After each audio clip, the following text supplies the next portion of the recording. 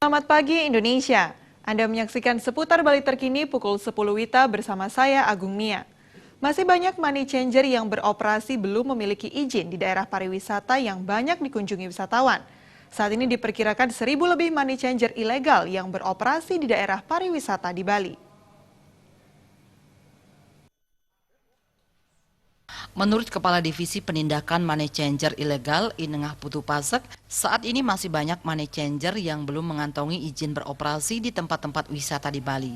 Jumlah terbanyak money changer ilegal yang masih beroperasi terdapat di kawasan Kuta dan sekitarnya.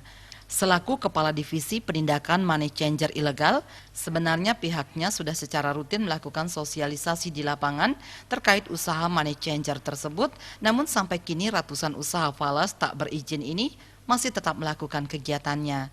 Pihaknya mendapat sejumlah komplain dari tamu yang merasa dirugikan oleh mereka, sekitar 200-an sudah ditindak, namun masih tetap banyak yang beroperasi.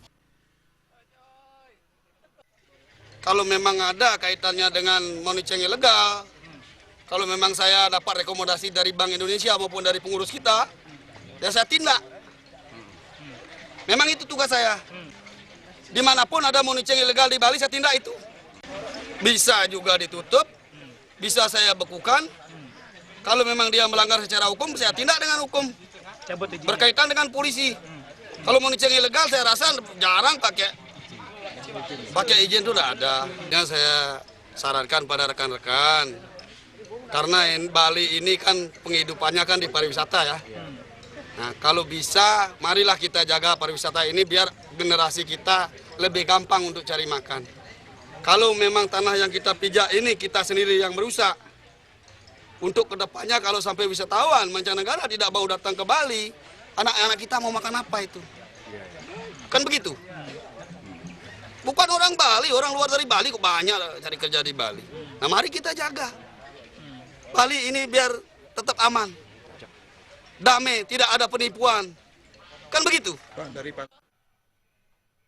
Putu Pasek juga meminta agar semua pihak ikut menjaga pariwisata sehingga turis tetap datang ke Bali, dan untuk itu harus dijaga jangan ada penipuan.